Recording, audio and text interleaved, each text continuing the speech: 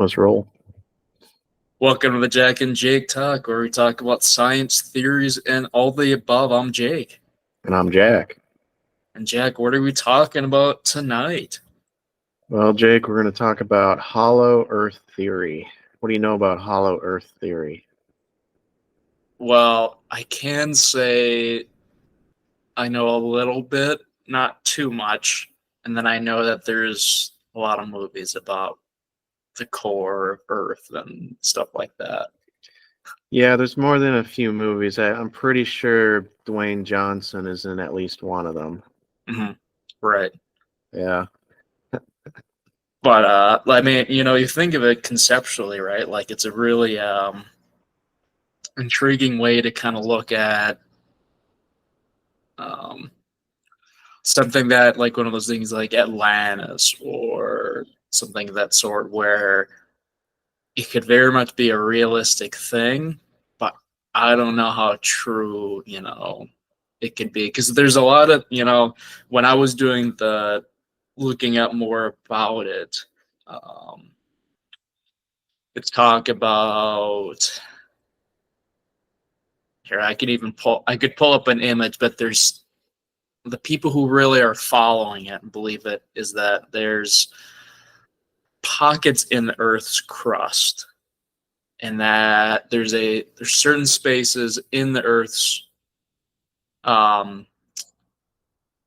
say Antarctica and the Arctic. They believe there's two entry points to get into these pockets in the Earth's crust, where you can then get into these different ecosystems that have. And from that point on of talking about what's exactly in those pockets and the core itself,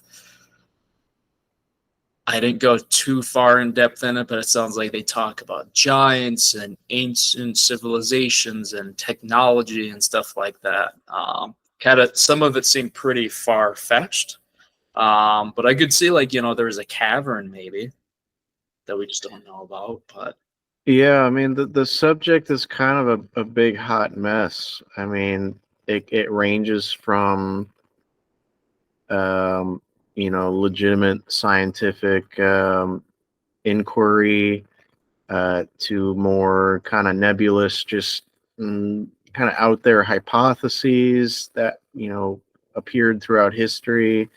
And then you delve into all these different kind of fantastical ideas, both purposeful, like for science fiction, and also just a little bit nonsensical.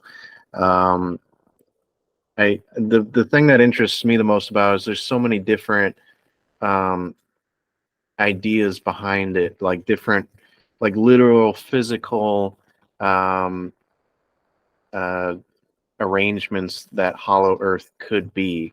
One of the earliest ones was from Edmund Halley, which maybe you know that name, Jake. Edmund Halley is the scientist that Halley's Comet is named after.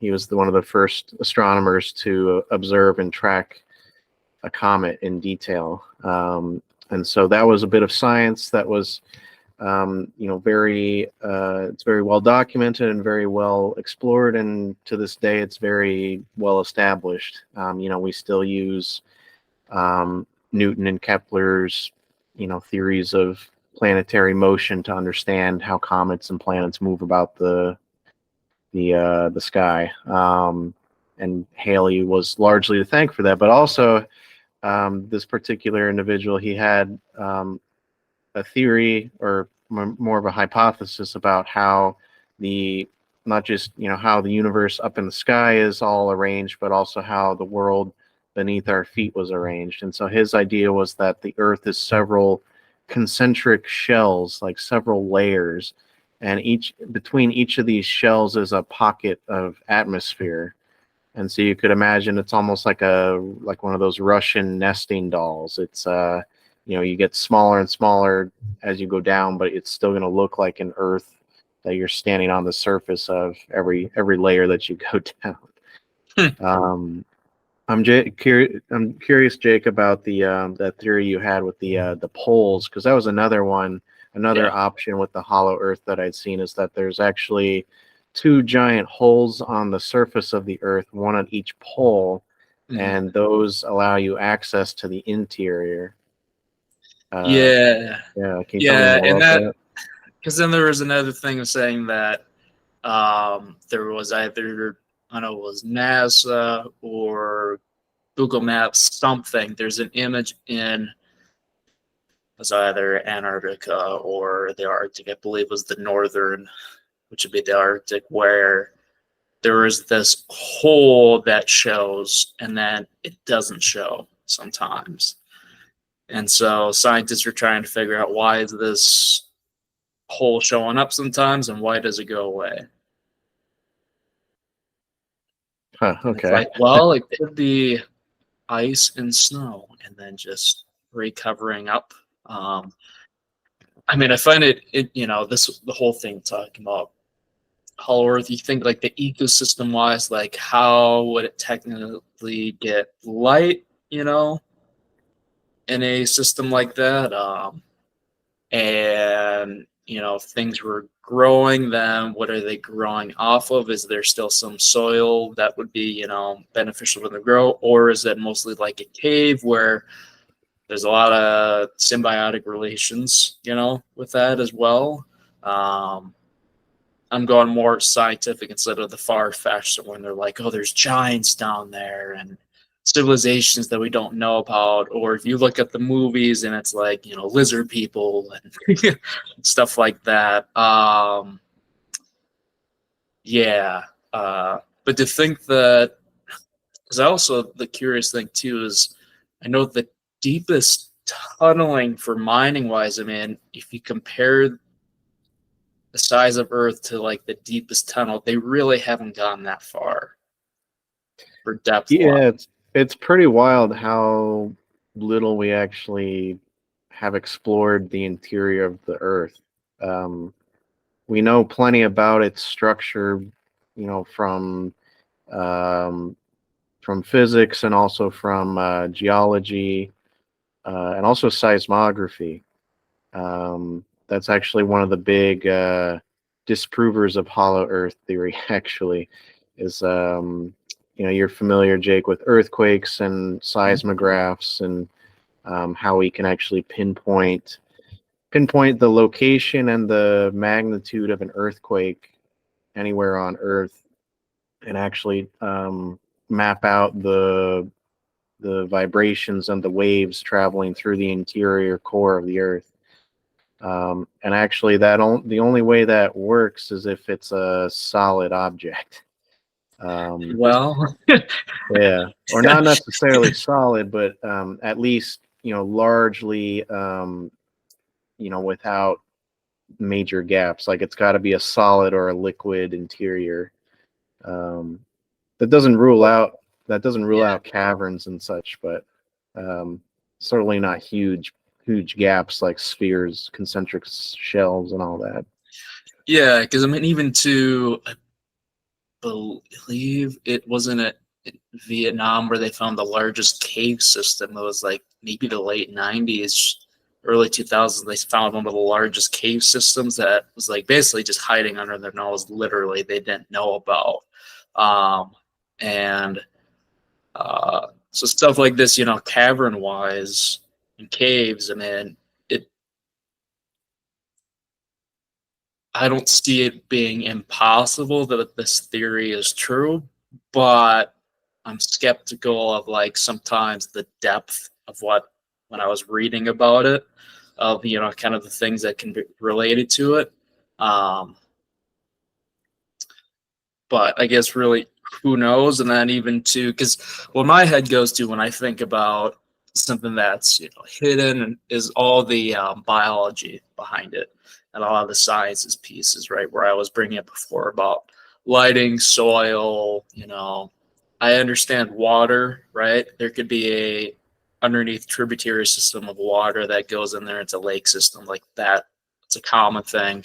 But even to, I guess, if you look into fungi and stuff like that, different species can easily thrive with no light, right? So And in to talking about flora and fauna wise, I mean, animals can easily function. We've seen that even of the little that we know about the trenches of the ocean, is that there's creatures they find all the time. They're like, how's this thing surviving all the way down here, but it's perfectly fine. But yeah, but seeing the two entry points of the Arctic and Antarctic, and seeing that, because those are also two regions that we have very little knowledge on. Um, uh, so who knows? Who knows if there's a city, colony, strange beings beneath there? But to your point of saying about the seismograph, is that if that goes like you charge it and it just goes, now there's just solid, or tells you what kind of substrate or whatever's beneath you, kind of answers the question. Yeah, I mean, there's just some basic calculations you can do, right? I mean, um, we know the mass of the Earth based on how it moves through space, in its orbit around the sun. Um, and then we also know the size of the Earth, from geography and cartography. People studying the size and surface of the Earth. And so, okay, well, if you have the mass of the Earth and you have its size, well, what can you get from that? You can get how dense it is. Um, and actually, it turns out, if you do the math, the average density of the Earth is around 5 grams per cubic centimeter. Um, and it's a lot, but so your typical rocks on the surface of the Earth that we're, accustomed to are around 3 grams per cubic centimeter. So um, it's actually less than the average for the Earth. So what does that tell you? What that tells you is the stuff that we don't deal with on the everyday basis, the stuff on the interior has to be a lot heavier to make up that average, right? So either it's a very, very, very dense small core, um, which actually there is a dense small core as far as we can tell from other ways with science. But in any case, you either have a really, really dense small core or you got a lot of stuff that makes up the difference on the interior. So it just seems most likely that you just have a big solid object and there's some dense stuff in the middle. Um, yeah. Well, I know And even also just then. the basics of how does a planet form? Well, just if you have gravity, it all condenses down, makes one big lumpy object. It's a lot more complicated. How would you have this sphere that's a shell that's got a hole in the middle, or it's got like a bunch of shells that build up? Yeah, We because just you have could no argue too concept of how about that like, could come about. yeah, you could argue about pockets, right, when the rocks are forming, but with gravity and that much pressure, everything's just gonna be, you know, pressing on one another to that point. Yeah, Um, I and do. as I do have some interesting renders from the internet, though. If you want to see the okay, hollow Earth ideas, yeah, let me share my screen. I know there I saw a couple interesting ones. Let's see here.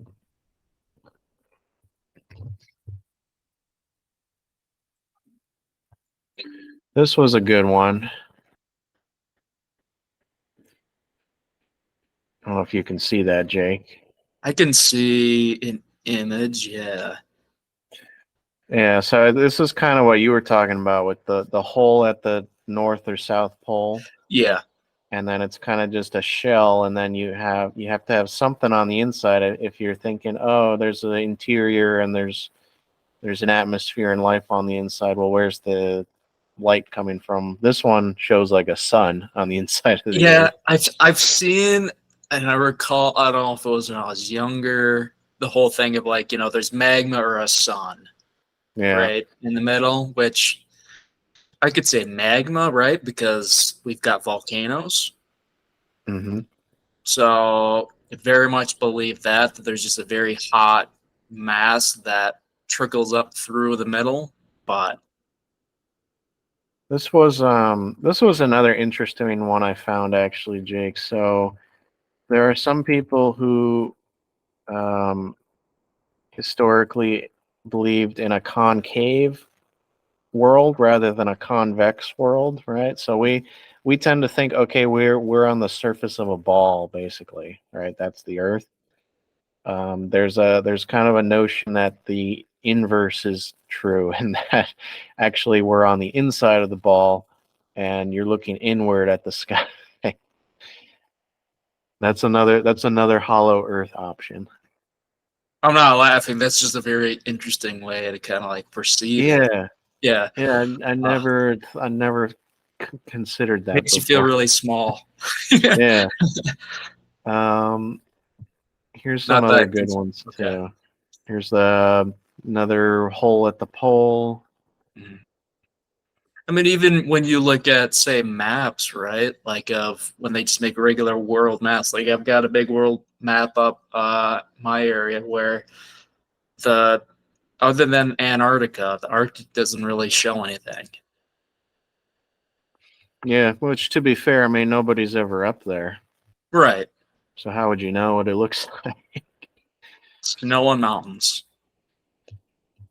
Yeah, actually I read up a little bit. So there were two gentlemen in the 1800s, John Sim and Jeremiah Reynolds, and these two, one I think was an author, writer, explorer, Yep. and the other was a retired Army field officer. And they both kind of supported the hollow Earth theory, and they thought that the poles were open like this. This actually comes from a science fiction novel. Hmm. But they thought that, well, first of all, nobody's been up there, so Yeah. how would you know? They also believed that if you were to travel up here, it's not like you'd fall into the center of the Earth. I mean, it's kind of similar. They think it's still, there's still gravity, so you would actually stick to the surface like an ant. And if you're on the inside, you're still walking on the surface like this. Uh, and then there were, as science got more sophisticated, we understood. Okay, well, we've been up there and we haven't seen anything. There's also the argument that actually, because of the magnetic poles, once a traveler gets up to the pole, the magnetic field lines diverge, and so they think they're going over the pole, but they're actually traveling around it, and they never actually reach the pole, and so that's why nobody's ever seen the hole before. It's diverting you away. It doesn't want you to find it. Exactly, exactly, Or, just because of how um, physics and science works, right? something like So this that. is what I remember.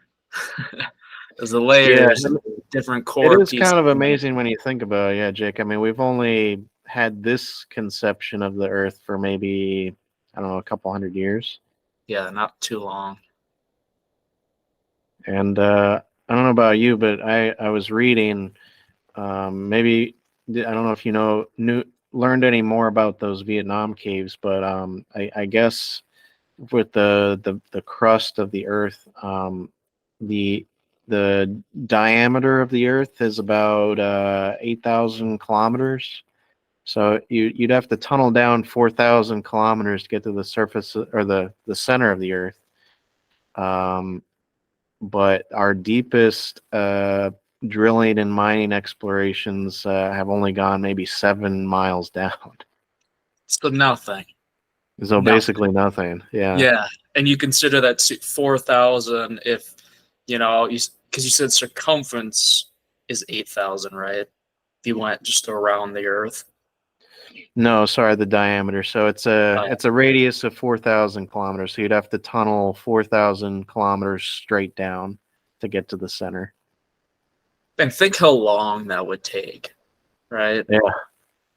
I mean, that would be hundreds of lifetimes of people It's be like, oh, you're one of the people that's drilling the hole.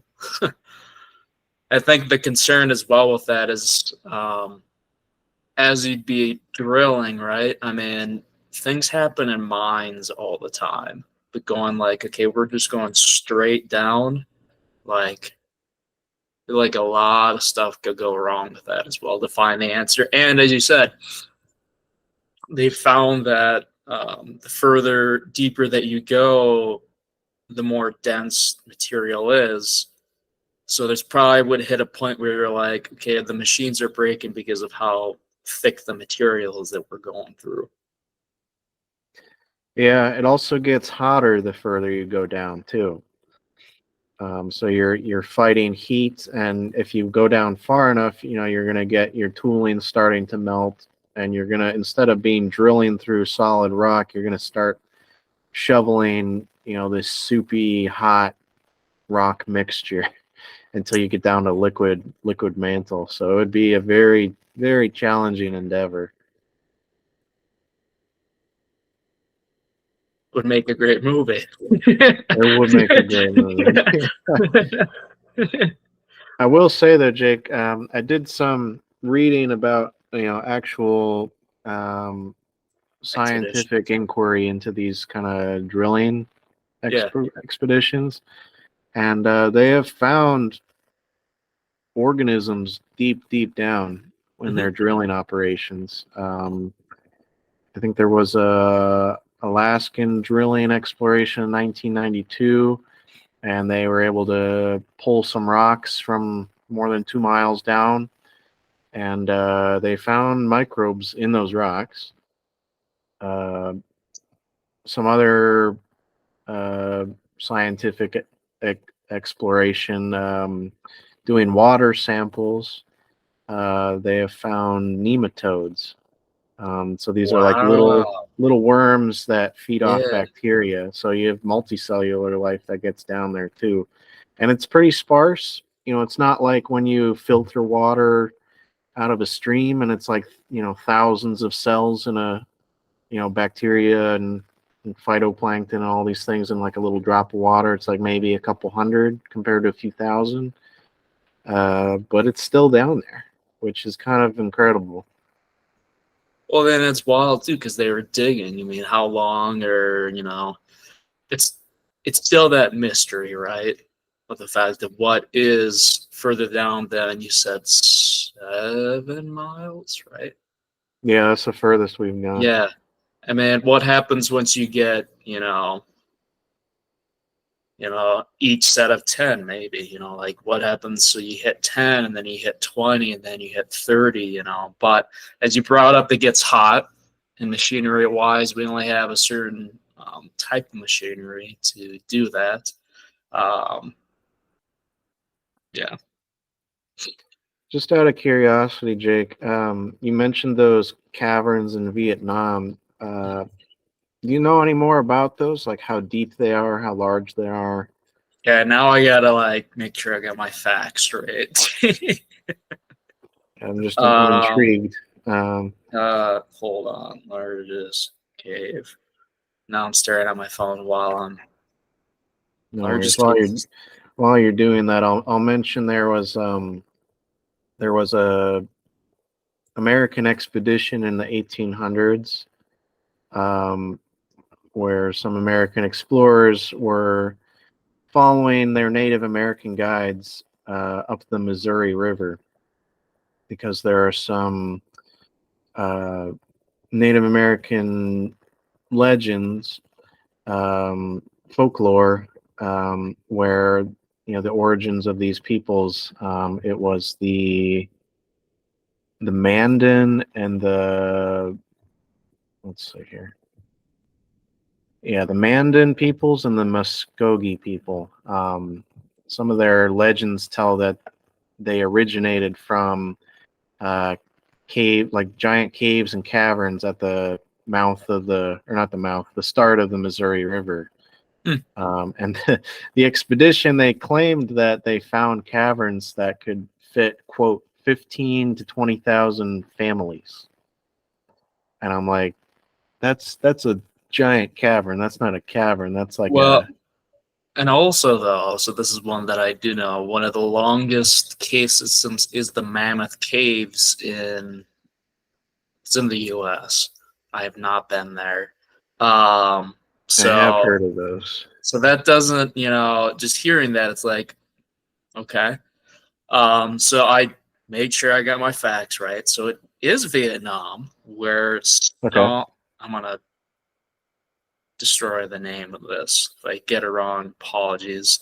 Song Doon, Hong Song Doon, um, was discovered in 1991 in Vietnam.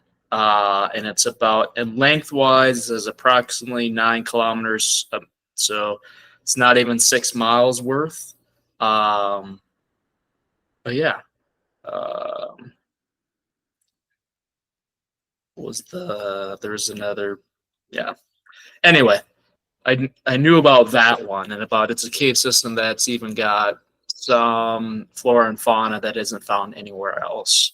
Um, I guess I could have pulled up a picture of it, but if you just looked up Vietnam massive cave system, it would pop up right away. It's really really cool, and there's a specific image that I don't have it up, but you see where people are camping, and you see like where the tip of my finger is size wise compared to this massive cave system.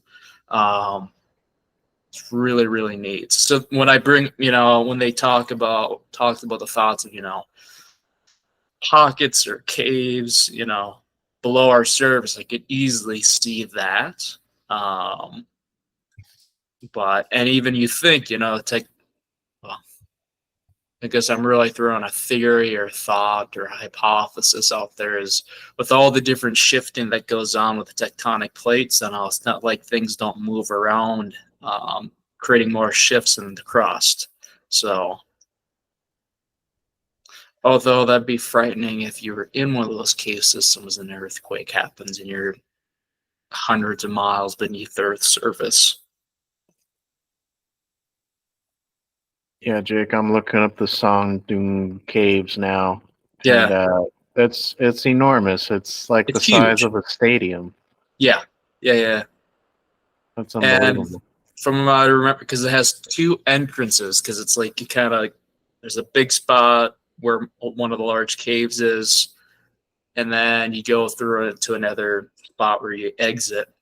But yeah, found in 1991. So I mean, it's Wow. 2024 right now, but that really isn't that long ago. Um, Yeah, who knows what else we'll find. discoveries happen every day, right? So who knows and I can imagine that there's people planning or working on discovering different things of the different north and south poles and probably have a lot of more information about this. So yeah. Well, Well, Jake, that's what I kind of had on this. I think we kind of went through the different pieces of it, and I found really interesting though the seismography thing of talking about density wise and talking about that because that really kind of it doesn't disprove it, but it provides a lot of examples of how it could not be possible. yeah, it's kind of Occam's razor, right? You know, Yeah, the simpler theory is usually more probable. right. All right. Well, thanks everyone for watching our revival of the Jack and Jake talk. Jack, what's our topic next time? All right, Jake. Next week we're talking about CAR T cell therapies. I'm excited for this one. All right, everyone. See you next time.